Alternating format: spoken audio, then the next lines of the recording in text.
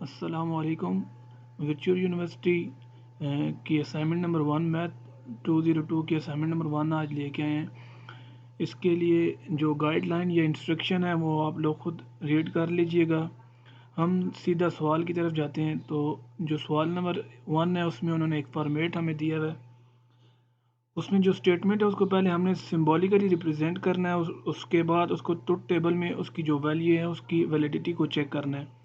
तो स्टेटमेंट जो उन्होंने दी हुई है, the number is not divisible by 12 if and only if it is not divisible by 3 and 4। इसके लिए दो पैरेंथेसिस दी हुई हैं। The number is divisible by 12, therefore it is divisible by 3 and 4। तो जो पहली पैरेंथेसिस है उसको हम पी से और दूसरी को क्यू से डिनोट कर लेंगे। और नीचे ये साइन मैंने यहाँ पे लिख दिए हैं कि नॉट को किस तरह डिनोट किया जाता है, इफ़ एंड ओनली इफ़ को किस तरह डिनोट किया जाता है, और को और एंड को।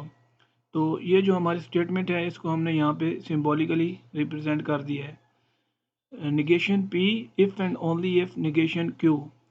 तो इसे हमने जब सिंबॉलिकली रिप्रेजेंट कर दिया है उसके बाद अब हम इसके ट्रुथ टेबल की तरफ चलते हैं। ट्रुथ टेबल हमने बना लिया है। जैसे आपको पता है कि पहली जो पैरेंथेसिस या स्टेटमेंट थी उसको हमने पी से और दूसरी को क्यू से डिनोट किया था। तो हमने यहाँ पे पी की पहले दोनों वैल्यू को ट्रू ले लिया है और लास्ट वाली दो को फॉल्स। इसी तरह क्यू की पहली को ट्रू, दूसरी को फॉल्स और फिर थर्ड वन को ट्रू और फोर को फॉल्स ले लिया है। अब नॉट पी या निगेशन पी कैसे होगा? जहाँ पर पी पॉजिटिव ट्रू था, निगेशन पी में वहाँ वो फॉल्स हो जाएगा। इसी तरह जहाँ पे क्यू ट्रू था वहाँ पे वो निगेशन क्यू जो होगा उसका वो जो होगा फॉल्स होगा। तो हमारे पास पी की पहली दो वैल्यू जो थी वो ट्रू थी, तो यहाँ पे निगेशन पी में वो दोनों फॉल्स हो गई हैं। और इसी तरह जो दो फॉल्स थी वो ट्रू हो गई हैं।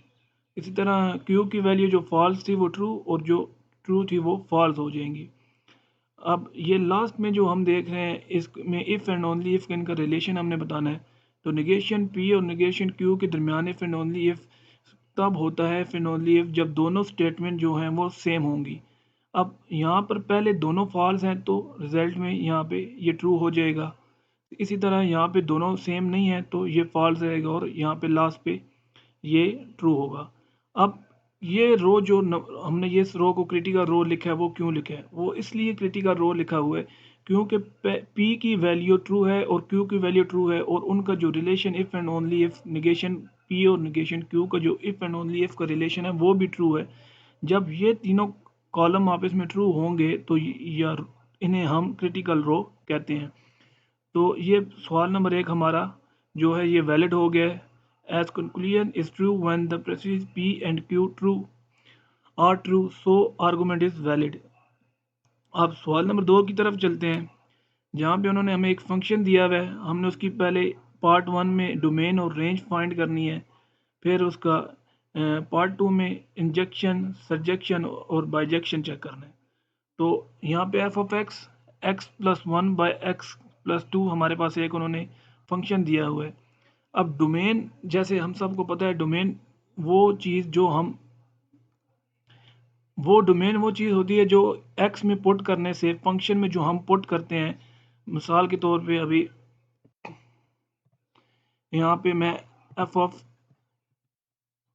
एक्स की जगह पे यहाँ मैं 1 पुट करूँ या 2 पुट करूँ या 3, कुछ भी, तो ये जो होगी ये इसकी डोमेन है। जो इनपुट जा रही होती है उसे हम डोमेन कहते हैं।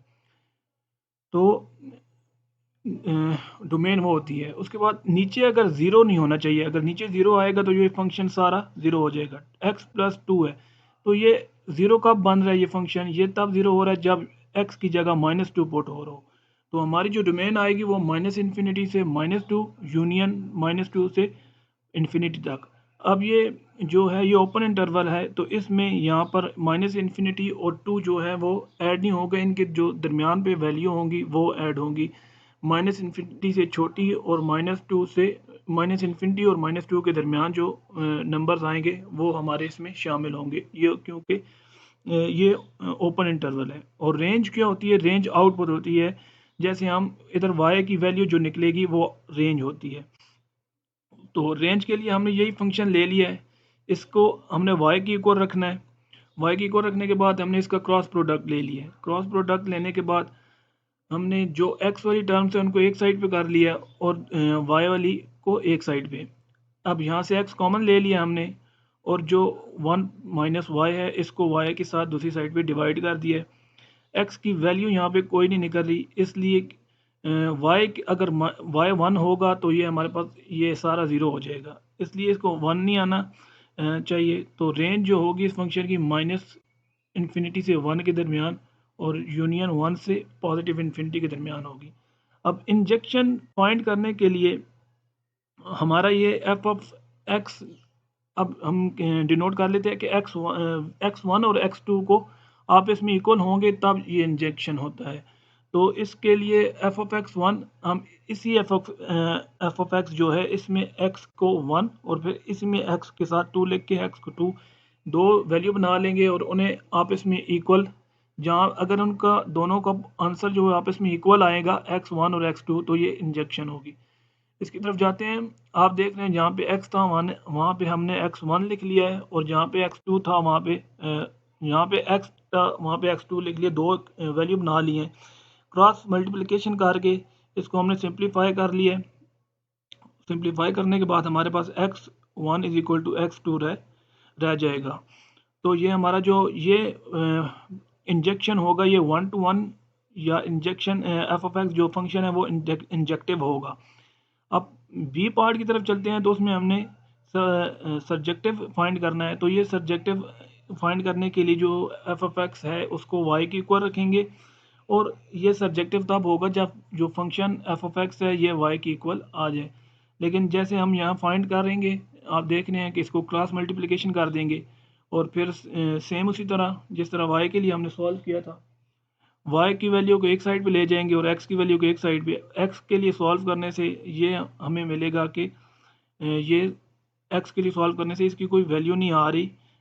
y जब भी 1 होगा तो ये हमारा जो x की वैल्यू है वो 0 हो जाएगी। तो so for every y belong to real number, उसके लिए जो एवरी y होता है उसके हर रियल नंबर के लिए x की एक रियल वैल्यू होती है, रियल नंबर होता है। तो यहाँ पे x की रियल नंबर नहीं आ रहा तो हमारा एफ ऑफ एक्स जो है वो y के इक्वल नहीं आ रहा। तो जो हमारा ये फंक्शन है ये सब्जेक्टिव नहीं होगा। जब सब्जेक्टिव नहीं होगा तो बाइजेक्टिव भी नहीं होगा, क्योंकि बाइजेक्टिव सिर्फ तब होता है जब हमारा फंक्शन जो है वो इंजेक्टिव और सब्जेक्टिव हो, तो उस तब ही वो बाइजेक्टिव हो सकता है। आप लोग ईमेल कर दें जिनको सोल्यूशन फ़ाइल चाहिए, मैं नीचे ईमेल लिंक दूंगा तो आप सोल्यूशन फ़ाइल ले सकते हैं। शुक्रिया।